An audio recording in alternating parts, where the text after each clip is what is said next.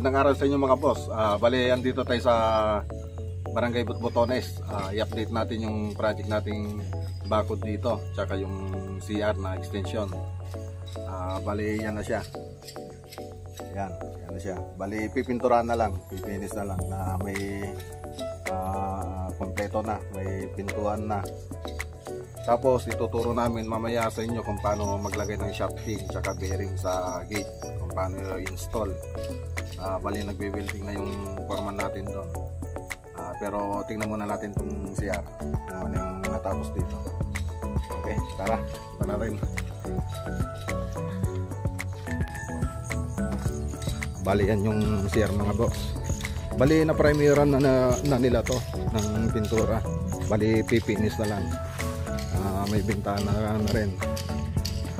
Tapos nakapag-tiles na rin sila rito. Bali pinipintura na lang ni boss. Ayan. Yung pintuan na ginamit pala rito mga boss, PVC. PVC na yung ginamit ng may-ari. Bali sila na lang yung bumili niyan. Ito yung dito sila naliligo. Yung palikuran nila ay paliguan, may pedestal. Tapos dito sa kabila yung CR. Ayan. Bali yung tinelsan lang nila dito sa flooring. Punta tayo sa kabila.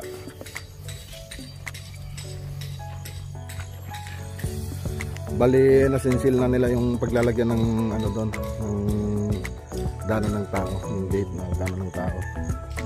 Tapos sa kabila ginagawa na rin nila, disensil na rin nila.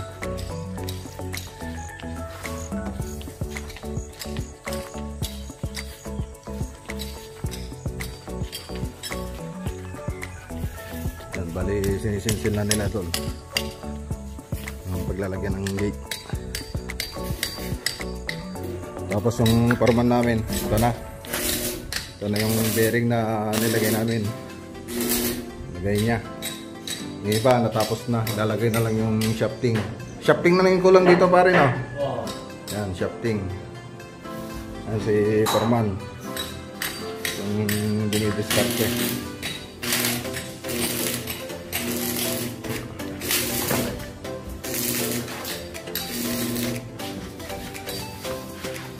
Bali yung nilagay nila dito boss, kaya ginawa nila rito, kinat nila ito.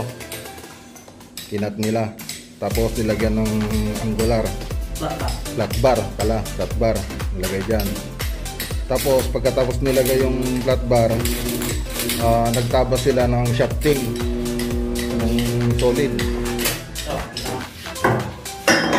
Yan yung shafting. Bali solid ito mga boss. Nilagay nila rito.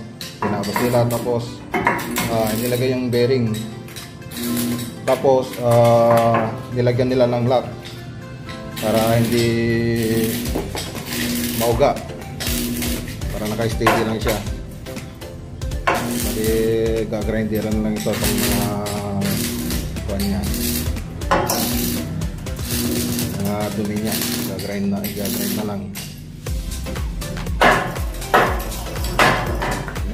Tapos na dinilisan na lang ni foreman. Tapos yun, yung susunod natin. Bali ito yung gate na maliit yung daanan ng tao. Bali isa sa harap at isa dun sa likod.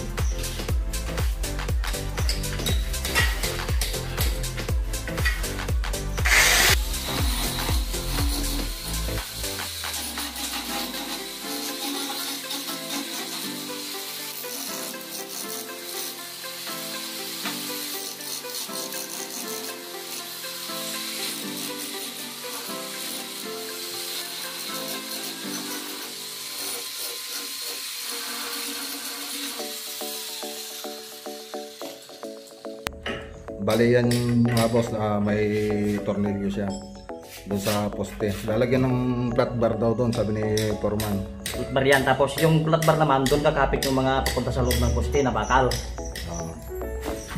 Bali doon ilalagay yan, doon sa may kuan. Yan, yung sinisinsil nila doon. Bali, ganun din dito sa kabila. Lang siguro. Rectangular na lang daw, sabi ni Foreman. Baliktad ta. Bali, tapos na to. Yung isa naman.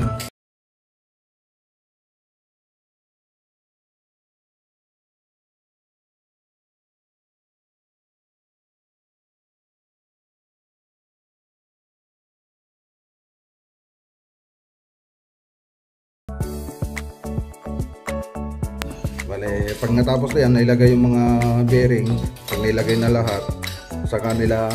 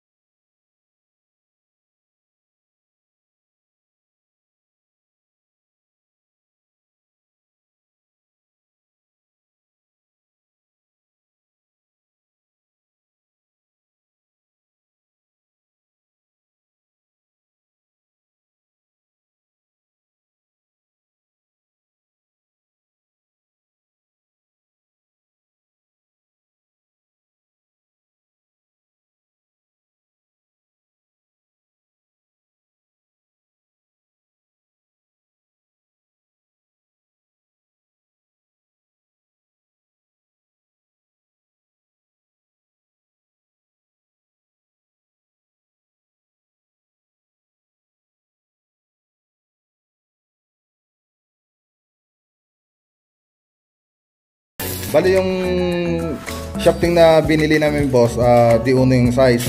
Tapos yung bearing, uno rin yung butas niya. Bali yung shafting, magkano isang pe? 150. 150 isang pe ng shafting. Tapos yung bearing, 350 ang isa. Japan. Ng Japan.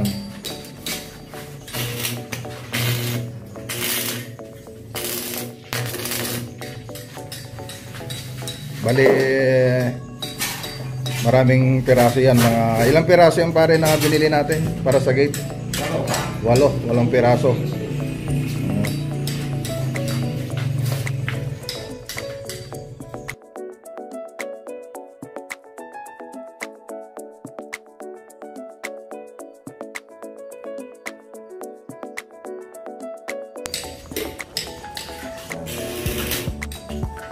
Bali kung bibili kayo, may idea na kayo kasi sinabi na namin yung presyo.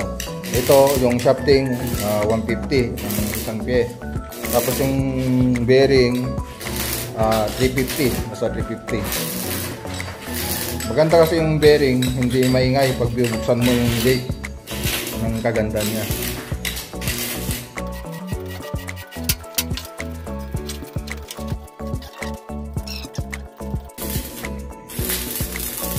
Bali, ni-weldingan nila yung angular bar para sa bearing. Bali, ganito yung itsura niya mga boss. Yan. Para mas madaling i-welding, naglagay sila ng nut doon sa kabila, magkabilaan, para hindi mahirapan na mag-welding. Dumidikit kasi rito kaya nilagyan nila ng nut doon. Tapos para malak, ganyan ang diskarte nila. Bali, nilagyan nila ng nut pati doon. Tapos yung angular bar, dyan nila ni welding. Itong angular bar, dyan kakapit yung welding natin dun sa poste. So, mainit pa kasi full weld pa daw ni Foreman. Bali, naka-actual na kasi ito. Pag natapos ng i-full weld ni Foreman ito, alisin namin yung nut. Alisin ulit namin yung nut. Tapos ito yung i-actual namin sa poste doon. Dapat naka-actual siya. Bali, kukunin rin namin ito. Kukunin na rin natin ito, no, mamaya, no, pag lalagay, no. Nakasalpak na rin ito. O, pag nilagay mo na yan, nakasalpak na ito, biwildingin na lang doon sa... Naka-actual lahat para sigurado. Yan. Ngayon lang mga boss. Tingnan natin yung pagsasalpakan. Bali, nasinsil na nila yung pagsasalpakan. Bale, ito na siya. Yan. Yan. Lahat, bale dyan natin i-welding yung ginawa natin, angular. Yan. Tapos dito sa sa bakod, ang kulang na lang dito yung ilaw sa mga poste. Bali 11 poste yung ilalagay, ay 11 ilaw ng ilalagay natin dito, 11 pieces na post light. Lalagay natin yan. Bali yung 11 na yon i-divide natin dito. Nakaabang na rin yung mga wire nya. Yan. Tapos isa doon sa center. Ayun, malalagyan, ayun yung isang paglalagyan. Yan na lang yung kulang dito. Ito yung bahay. Bali pagkatapos namin i-welding, retouch na lang ng pintura. Yun na lang ang gagawin, re-retouch na lang. Bali nalista ni Foreman para may full weight niya. Bali inikabit na nila mga boss. Yan. Bali yung pinakita ko kanina, yan yun, yung angular bar, ni-welding nila mula doon sa yung may bakal nila doon sa loob, ni-welding nila dyan. Bali inikabit na nila, tapos may tornilyo na rin.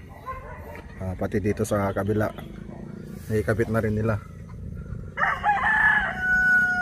Tapos konting linis na lang dito, gagrinderin na lang nila, tapos pintura. Retouch na lang. Ito yung gate dito sa likod. Ito tayo sa harap.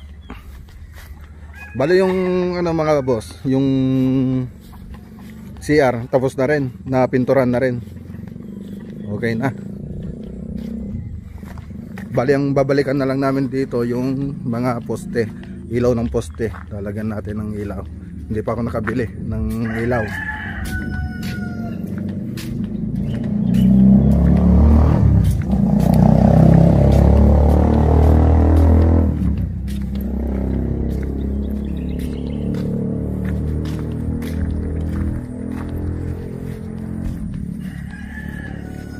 Bali naikabit nila mga boss yung sinabi ko kanina na pagwe-weldingan. Ayan na. Ganyan yung tsura niya boss pag nagano kayo lagay. Ito yung angular, yung sa loob. Yan yung angular. Naka-welding yan doon sa loob. Yung bakal doon sa loob, naka-welding siya. Tapos isinemento ito, ni-retouch. Ang kulang na lang yan pintura. Yan, bali yan siya. Yan, nailagay na rin doon sa kabila. Yan. Ang kulang na lang nito, mga pintura na lang. Yan, re-retouch na lang. Yan, ilagay na nila. Okay na lahat. Testing natin buksan. So, retouch na rin. Ayos siya, mga boss. Ayos siya, walang ingay. Yan. Bali daanan ng tao tsaka yung sasakyan. Tapos may ilaw doon sa taas. Okay mga boss, punta na tayo sa Tarlac. Okay, bye bye.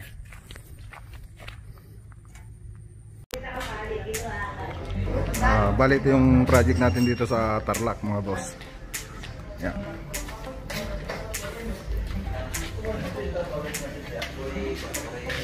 Bali ito yung dining niya. Ito yung salas niya. Tapos dito yung dining. Bali may ginawa rin akong 3D dito mga boss. Ipagpakita ko. Bali may partition dito sa yung ginawa kong 3D.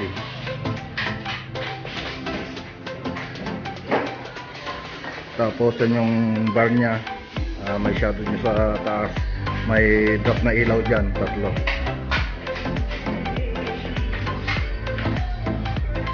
Ito yung kusina niya. Bali walang gumagawa ngayon, hindi pa nila natapos. Bali marine plywood yung ginamit nilang materialis sa cabinet nila.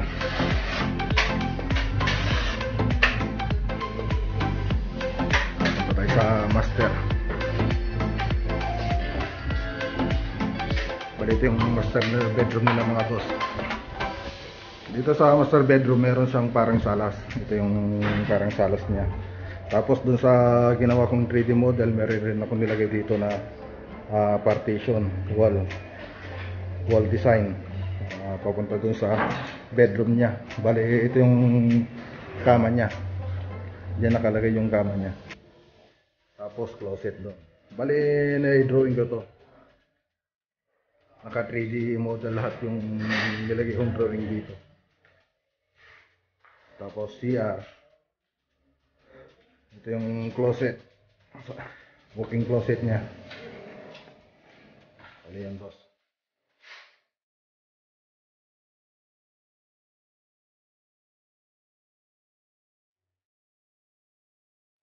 Dito yung bedroom, dito yung parang salas niya. Sa master bedroom.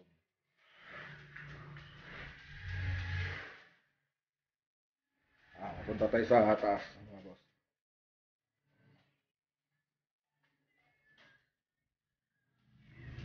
Bali dito sa baba, sala ito. Sala tapos isang master bedroom. Dun sa taas, paupahan nila. May mga kwarto.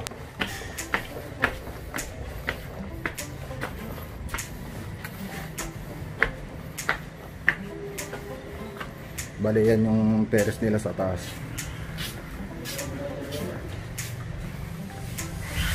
Ito yung hallway. Ito yung paupahan. Bali mga estudyante, yung mga mag-uupa rito. Sa bawat kwarto may bubuntik ang nakalagay.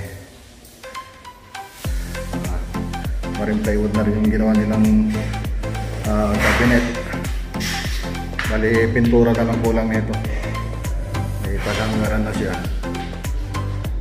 Ayan.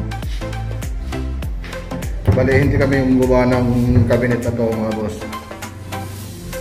Bali iba yung gumawa. Pakita ko lang. May mga drawer na rin. Ayan, may mga shelves. Ayan.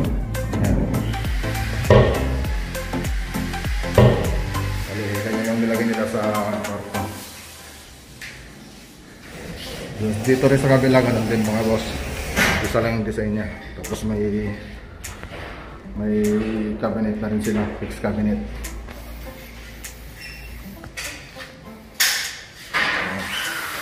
Ito, ginagawa pa lang nila.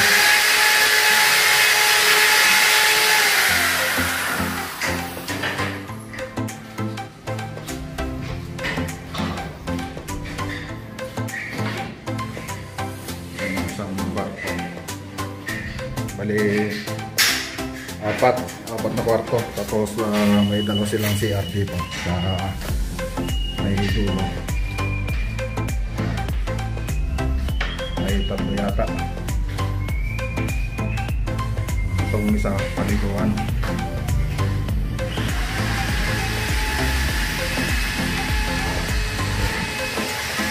Mga boss yung ginawa namin.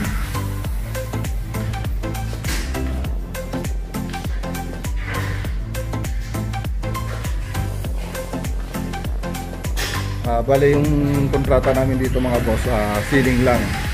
Iba yung nagpintura, iba rin yung nag-tiles. Bale ceiling lang yung nakuha ko. Kasi yung may-ari rito, kami rin yung gumawa ng bahay niya dun sa Western Tarlac. Tapos nung nakita niya, nagpagawa siya ng bahay, nagpagawa ulit rito.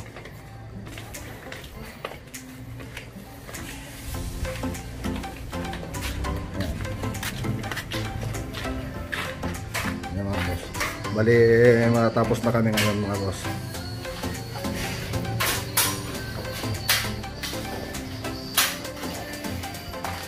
Ating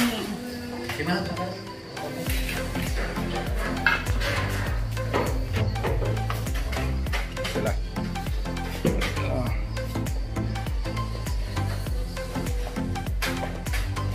Bali itong design na yan, itong design ito. Maraming may gusto niyan na design. Laging sa ibang mga kontrata ko, lagi nilang pinapagawa sa amin to, yung design na to. Kaya halos lahat may ganyang design. Sige mga boss, sana may natutunan kayo sa video ito, kaya may nakuha na kayo ng idea. Susunod na lang po ulit na video at next project. Maraming salamat po at magandang araw sa inyo lahat. God bless.